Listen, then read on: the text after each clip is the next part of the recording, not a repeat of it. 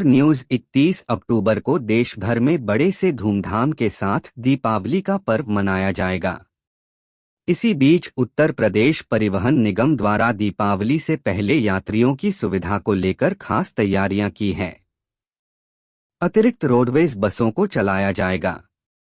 यह सेवा 29 अक्टूबर से 10 नवंबर तक संचालित की जाएगी।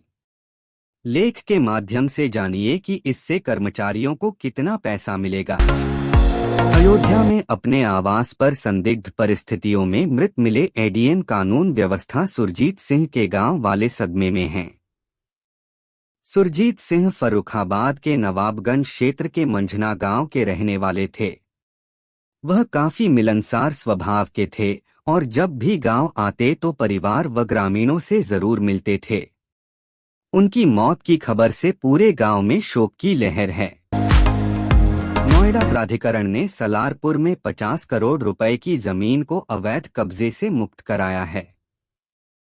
प्राधिकरण की टीम ने बृहस्पतिवार को कार्रवाई करते हुए बाउंड्री वाल और टीन शेड हटाए। कुछ पक्का निर्माण भी तोड़ा गया।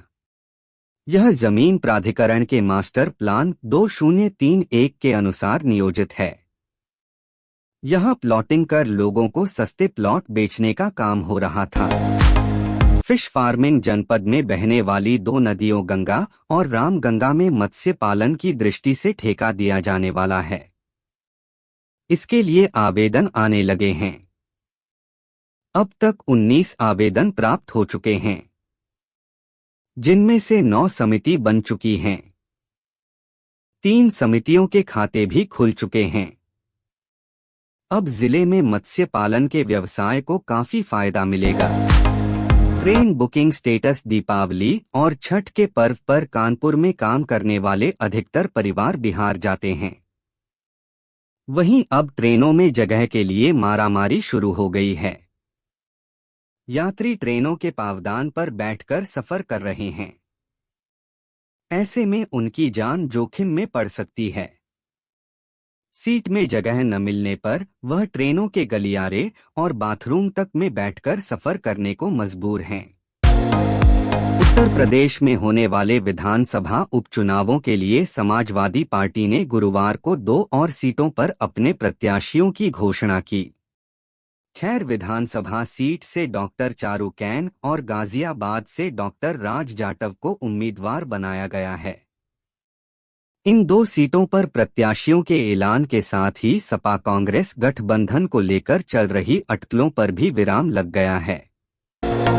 गाजियाबाद विधानसभा उपचुनाव के लिए समाजवादी पार्टी ने गुरुवार को सिंह राज जाटव को अपना उम्मीदवार बनाया है।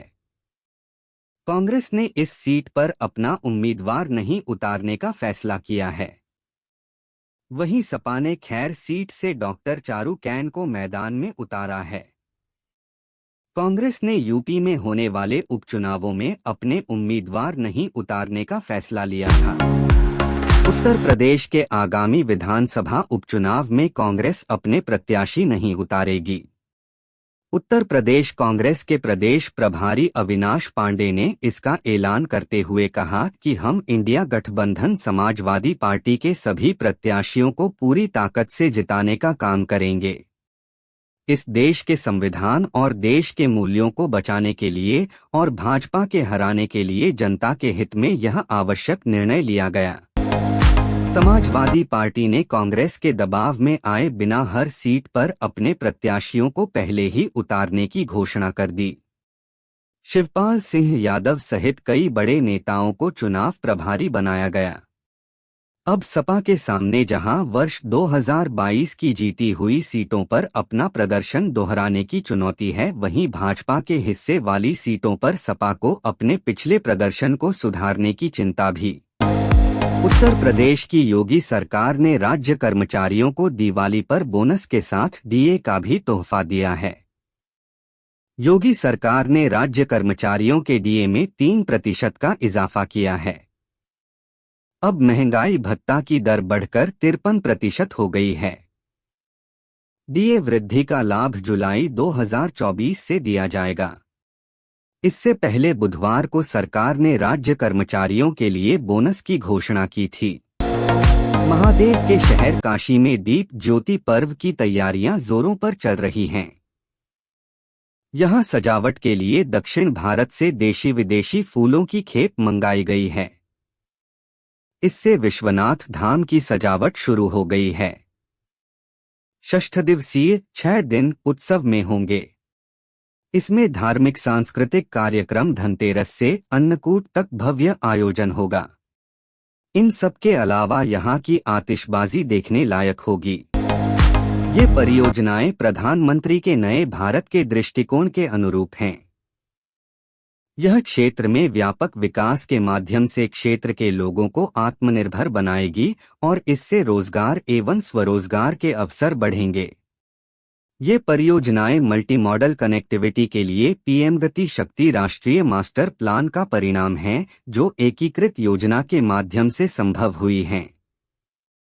इससे लोगों, वस्तुओं और सेवाओं की आवाजाही के लिए कनेक्टिविटी बढ़ेगी। Flights bomb threats. गुरुवार को 70 से अधिक विमानों को बम से उड़ाने की धमकी मिली। एयर इंडिया, विस्तारा और इंडिगो समेत कई फ्लाइट्स शामिल है। धमकी मिलने के बाद विमानों को आइसोलेशन में चेकिंग के लिए भेजा गया। बीते 11 दिनों में 250 से अधिक विमानों को बम से उड़ाने की धमकी मिल चुकी है। इन धमकियों के बाद केंद्र सरकार अलर्ट हो गई है। न्याय की देवी वाली पुरानी मूर्ति पर किए गए बदलाव पर सुप्रीम कोर्ट बार एसोसिएशन ने आपत्ति जाहिर की। बार एसोसिएशन का कहना है कि प्रतिमा में बदलाव किए जाने से पहले हमारे सदस्यों से किसी भी तरह का परामर्श नहीं किया गया। सुप्रीम कोर्ट में न्यायाधीशों के पुस्तकालय में न्याय की देवी की 6 फुट ऊंची नई प्रतिमा स्थापित की गई है। वाईएसआरसीपी प्रमुख वाईएस जगन मोहन रेड्डी ने अपनी बहन और आंध्र प्रदेश कांग्रेस अध्यक्ष वाईएस शर्मिला पर उनके शेयर अपने नाम करने का आरोप लगाया है। उन्होंने एनसीएलटी में याचिका दायर की है, जिसमें कहा गया है कि उनके और उनकी पत्नी भारती के स्वामित्व वाली सरस्वती पावर एंड इंडस्ट्रीज के शेयरों को शर्मिला ने अवैध रूप से अपने और अपनी मां विजयम्मा के नाम पर स्थानांतरित कर लिया है। आंध्र प्रदेश के विजयवाड़ा में ड्रोन शो का आयोजन किया गया। इस ड्रोन शो को देखने के लिए बड़ी संख्या में दर्शक उमड़ पड़े। इस ड्रोन शो को देखने के लिए अधिकारियों ने विशेष इंतजाम किए हैं। सभी 5 क्षेत्रों में डिस्प्ले लगाए गए हैं। कार्यक्रम के तहत ड्रोन शो के साथ साथ लेजर शो और सांस्कृतिक कार्यक्रमों का आयोजन किया गया। कर्नाटक में बेंगलुरु के बाबूसापल्या में एक निर्माणाधीन इमारत ढह जाने के बाद तलाशी तथा बचाव अभियान के दौरान 7 और लोगों के शव बरामद किए गए। इसके साथ ही हादसे में जान गंवाने वालों की संख्या अब बढ़कर 8 हो गई है। प्रधानमंत्री राष्ट्रीय राहत कोष से प्रत्येक मृतक के परिजनों को 2 लाख रुपए की अनुग्रह राशि दी जाएगी। घायलों को 50,000 रुपए दिए जाएंगे। प्रधानमंत्री नरेंद्र मोदी अपनी 2 दिवसीय रूस यात्रा के बाद दिल्ली लौट आए। इस दौरान उन्होंने कजान में 16वें ब्रिक्स शिखर सम्मेलन में भाग लिया।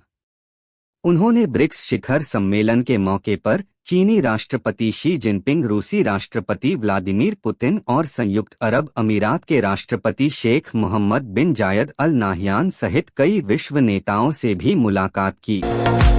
BRICS summit 2024 important points. रूस, ब्राजील, दक्षिण अफ्रीका, भारत, चीन, यूएई, इथियोपिया, सऊदी अरब, मिस्र और ईरान की सदस्यता वाले इस संगठन की बैठक में आतंकवाद के मुद्दे पर भारत के नजरिए का समर्थन किया गया है। इसमें हर तरह के आतंकवाद की निंदा करते हुए इसे वैश्विक खतरे के तौर पर चिह्नित किया गया है। सभी देशों ने आतंकवाद पर एक दूसरे के सुर में सुर मिलाया।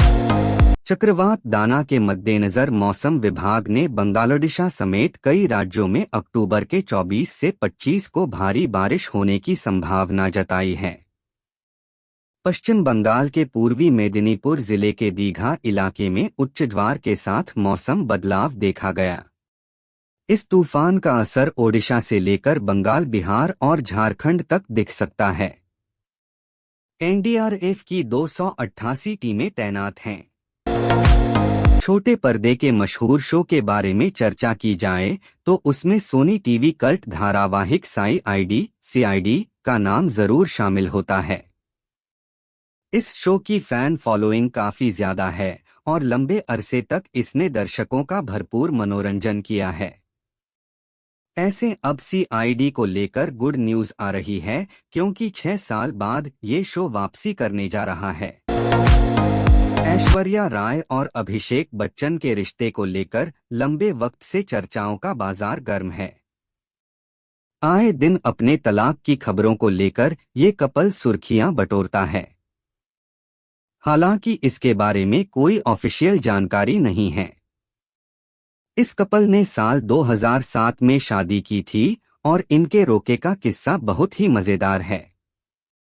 ऐश्वर्या ने काफी समय पहले इसे खुद शेयर किया था। बिग बॉस 18 के घर में कई बार ऐसे मोड़ आ जाते हैं जब दोस्त ही दोस्त का दुश्मन बन जाता है। इस हफ्ते कुछ ऐसा ही होने वाला है।